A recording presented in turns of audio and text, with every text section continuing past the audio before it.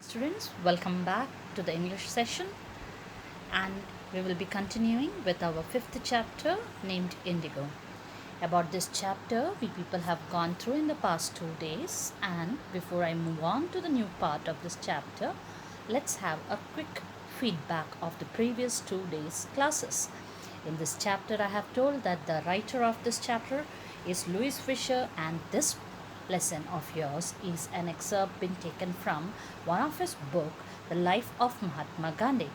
And in this, the incident which Gandhiji narrated to him regarding the interview which he had taken of Gandhiji to write about this book.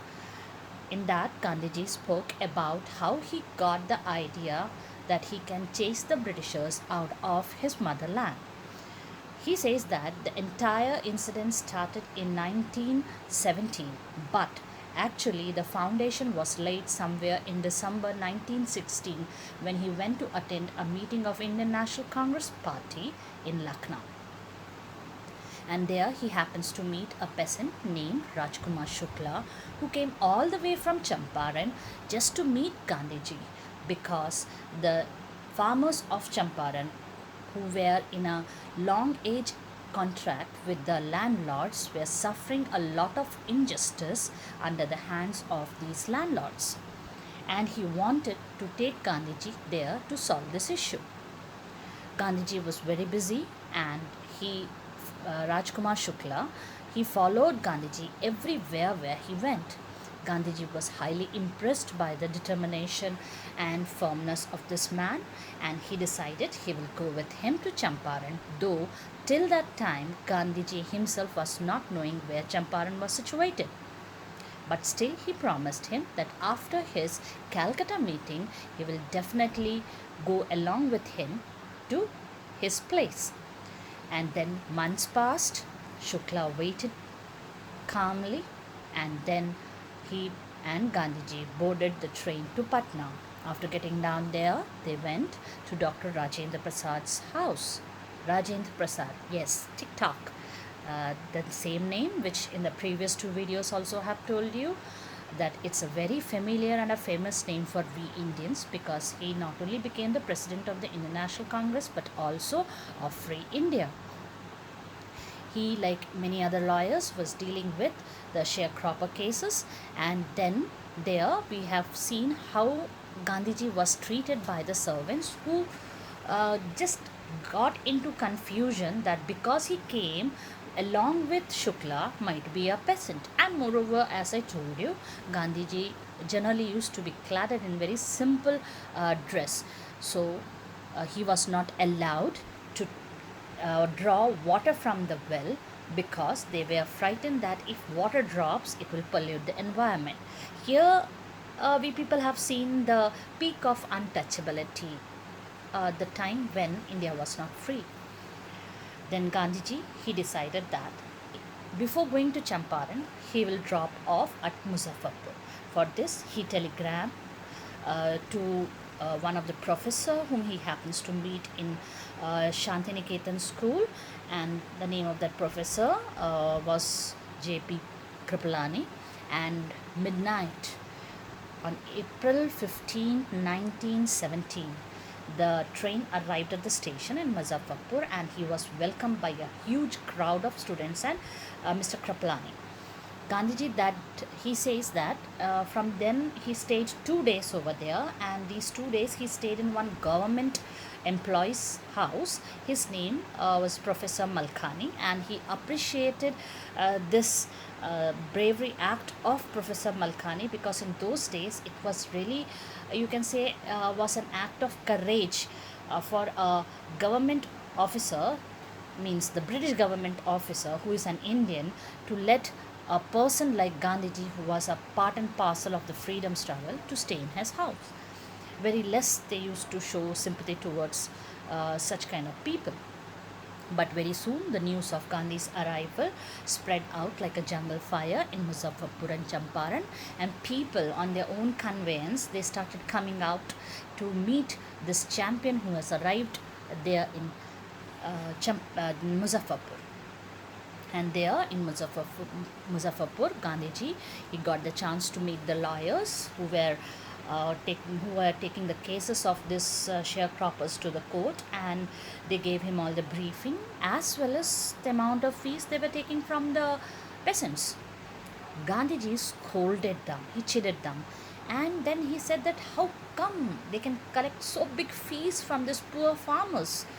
And then he also said one thing, that he don't think there is any use of taking these cases to the court, because basically taking the case to the court using the law is no use, in the sense that it's not going to take out the fear which was very deeply rooted in the heart of the sharecroppers for those landlords, for the Britishers. And then I told you about what this indigo sharecropping is all about, in which we came across that most of the agriculturable land in Champaran district was divided into large estates, and these were owned by the Englishmen. And these land in our own country were given on rent to the Indian farmers under this contract, that in 15% of their rented land they have to grow, compulsory, mandatory this, to grow indigo harvest. And then that harvest as such has to be given, means not even a penny they can keep. They have to give it to the British that landlords as rent. So it is no profit for the farmers.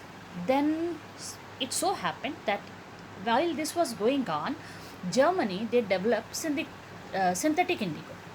When they developed synthetic indigo, as it's natural, the man-made indigo overpowered the natural indigo and the market. So the Britishers, they thought of not growing this indigo or selling it in the market. So they said to the peasants, see the smart ones, they said to the peasants that if you want to be released from this agreement, you give us compensation. Means the Indian peasants will give compensation to the British landlords for getting released from such an agreement where already they were earning nothing. But because this agreement was a trouble, it was a headache for the farmers, they just wanted to be out of it. And because of that reason, some readily agreed and paid off. They gave the compensation, and some, they engaged the lawyers. And those who engaged the lawyers, what these landlords did, they engaged the thugs, means the goons, the gundas and all. And in between this, the peasants who had given the money as compensation, they came to know about the synthetic indigo, and they understood the plot of this British landlords, and they said that we want our money back. This is the time when Shukla called for Gandhi, and Gandhiji arrived in Champaran. This is what we have done in the previous class. Now let's continue. He began by trying to get the facts. First, he visited the secretary of the British Landlords Association. The secretary told him that they could give no information to an outsider. Gandhi answered that he was no outsider. Okay, Gandhiji thought, let me have this work done step by step. So he started getting the collection of facts related to this issue. First, he went to the secretary of the British Landlords Association. And you know what the secretary told Gandhiji? He said that you being an outsider, means he is not from Champaran. You being an outsider, I cannot give you any information. You just think Gandhiji, an Indian, to him, a British fellow, he said, the secretary fellow, he said that you are an outsider, I cannot give you the information. So Gandhiji said that I am not an outsider. He said very clearly. Okay? Our Gandhiji, you know that he was a follower of non-violence. So the next step he went for. He went to the British Official Commissioner. Next, Gandhi called on the British Official Commissioner of the Tirhut division, in which the Champaran district lay. The commissioner, Gandhi reports, proceeded to bully me and advised me forthwith to leave Tirhut. Next step what Gandhiji took, as I said, he went to, after the, means first he went to the British Landlord Association. Secretary gave a question, gave a reply to him that you are an outsider. Gandhiji said that I am not. And then he went to the British official commissioner of Tirhut division in which the Champaran was lying. Means Champaran was in Tirhut division. So he went to Tirhut division, British official commissioner. And then according to Gandhiji, as in the words of Gandhi, that commissioner, he bullied him, he frightened him, he threatened him, he bullied him, and he gave him an advice, a piece of advice, saying that without any delay, forthwith, without any delay, you leave the road. Means a kind of a threat, dhamki. Then what Gandhiji did? Gandhi did not leave. Instead, he proceeded to Motihari, the capital of Champaran. Several lawyers accompanied him. At the railway station, a vast multitude greeted Gandhi. He went to a house and, using it as headquarters, continued his investigations. A report came in that a peasant had been maltreated in a nearby village. Gandhi decided to go and see. The next morning, he started out on the back of an elephant. He had not proceeded far when the police superintendent's messenger overtook him and ordered him to return to town in his carriage. Gandhi complied. The messenger drove Gandhi home, where he served him with an official notice to quit Champaran immediately. Gandhi signed a receipt for the notice and wrote on it that he would disobey the order. In consequence, Gandhi received a summons to appear in the court the next day. Okay. First to the British Landlord Association, then to the British Official Commissioner. Gandhi was blamed and bullied. But then Gandhiji is Gandhiji. He was asked to leave Tirhut, but he did not leave. Instead of that, what he did, he moved to Motihari, the capital of Champaran. And there, several lawyers also went along with him. At the railway station, when he reached Motihari, a big multitude, a big mass of people, big crowd of people greeted Gandhi. What he did? He took a house, turned it into a headquarters, means an office, and he started doing the investigations of the sharecropping, indigo sharecropping. While he was doing all these things, suddenly he got a report that one peasant, poor fellow, is being maltreated, means maybe beaten or whatever it is, and this has taken place in a nearby village. So Gandhiji decided he will go there. The next morning, an elephant was arranged. See, in those days the conveyance was like this only, and transportation, either they have to go walking or otherwise this kind. So an elephant was arranged. He sat on the back of the elephant and then he started moving. He has not gone very far when suddenly he was stopped by the police superintendent's messenger. And that messenger asked him to return back to that same house, means what he has taken and converted into headquarters. Gandhiji, simple person, humble person, he complied, he obeyed. He very quietly, he did. The messenger brought Gandhiji back to that headquarters and then handed him over an official notice that he should quit, he should leave Champaran immediately. Gandhiji took that notice. Now he has to give the receipt, that he has received that notice. And in that receipt, what he has done, he wrote it very humbly in that, I'm not going to obey this order. I disobey this order. Means I will not quit Champaran. Okay, official order said no. So what will be the result? He received a summon, a trial, a case was put against him and he has to appear the next day in the court. Okay. Here, what we people will be coming across in the coming 2-3 paragraphs are very beautiful part of this chapter. Frankly speaking, if we people are citizens of free India, it is because all the Indians stood up together. If a person is able to rule over another person, it is because when the other person is not aware of his courage and is very frightened of the first person. Here also same thing was.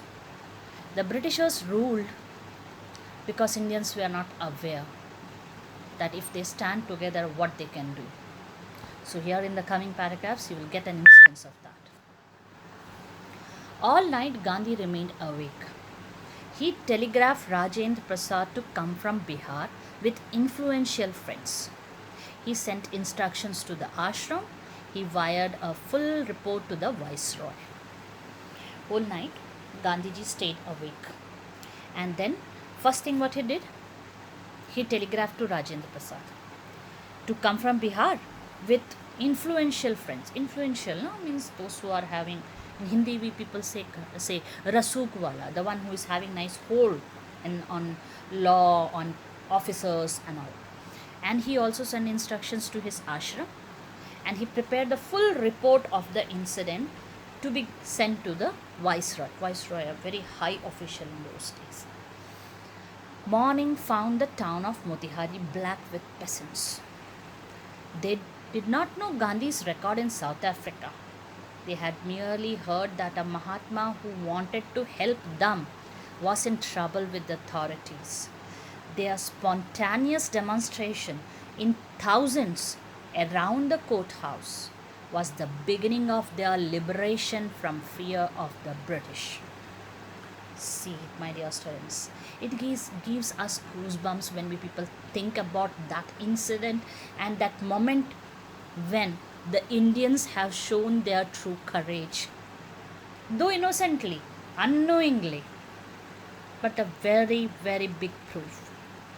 It has been said, when Motihari, when the people came to know that the man who came, the Mahatma who came there to help them in their trouble, is now in trouble with the authorities, the next morning the entire town of Motihari was black with peasants. Numerous people were there, thousands. It was black with peasants. And though they did not know anything about Gandhiji's South Africa incident, you all know about how he was kicked out and how he felt bad, and then how he thought that if I have to rebel, if I have to fight for the liberation, let me go and do in my own country. All those incidents, they knew nothing about it. But they knew only one thing: the person who came to help us is in trouble. And then, I said, no, unknowingly, it was not a deliberate, planned one. Just spontaneous demonstration it was. In thousands, the people collected front of the courthouse where the trial was supposed to happen. And this was the beginning when the liberation from fear of Britisher could be seen very clearly in that demonstration. You see further, you will get what I'm talking about. You will get a clear picture of it. The officials felt powerless without Gandhi's cooperation. He helped them regulate the crowd. He was polite and friendly. He was giving them concrete proof that their might, hitherto dreaded and unquestioned, could be challenged by Indians. The government was baffled. The prosecutor requested the judge to postpone the trial. Apparently, the authorities wished to consult their superiors. See what I said? You can get a very clear picture. You just imagine the case was on Gandhiji for disobeying the order being given to quit Champaran, right? And right now, when Gandhiji appeared in the court for the trial, the officials They felt totally powerless when they found the front of the courthouse covered with thousands of people, peasants. They were not able to control them. And the person on whom they had put the charge, means Gandhiji, they asked him to regulate the crowd. What a funny part on this British officials' part. They could not control the crowd. They asked the man on whom they have charged the trial to come and regulate the crowd. And Gandhiji, as usual, he was very polite, he was very friendly. But not necessary polite and friendly means cannot be fearless. And Gandhiji, through this one incident, he gave a concrete, solid proof to the Britishers that till now their might, means Britishers' strength, till now, until now, hitherto, until now, which was frightening us, the Indians, which was not questioned by the Indians, could be challenged by the Indians. It was a solid proof by Gandhiji to the British people that till now the Britishers' strength, the power, which was not questioned by us, the Indians, can be challenged by the Indians. The government was baffled. They were shocked. And the prosecutor, you might be knowing, one prosecutor is there and one defense lawyer is there. The prosecutor, who was supposed to fight the case against Gandhiji, he asked the judge to postpone the trial. And then the authorities, they wanted this trial to continue only after consulting their superiors. My dear students, I will give a halt to this chapter here and my humble request once again, which I had been making during all the previous videos, that please each and every one of you go through the videos thoroughly, peacefully, trying to understand each and every aspect, not only of my subject but all the other subjects which your teachers are providing you. Because after the reopening, most probably we have to continue with the rest of the syllabus, and you people are board exam students, the future ones. Please pay attention, study properly and stay updated. And when you come after the school reopens, I hope that you people will be thorough with all the portions that we have done in these days. Till then, goodbye, stay home, stay safe.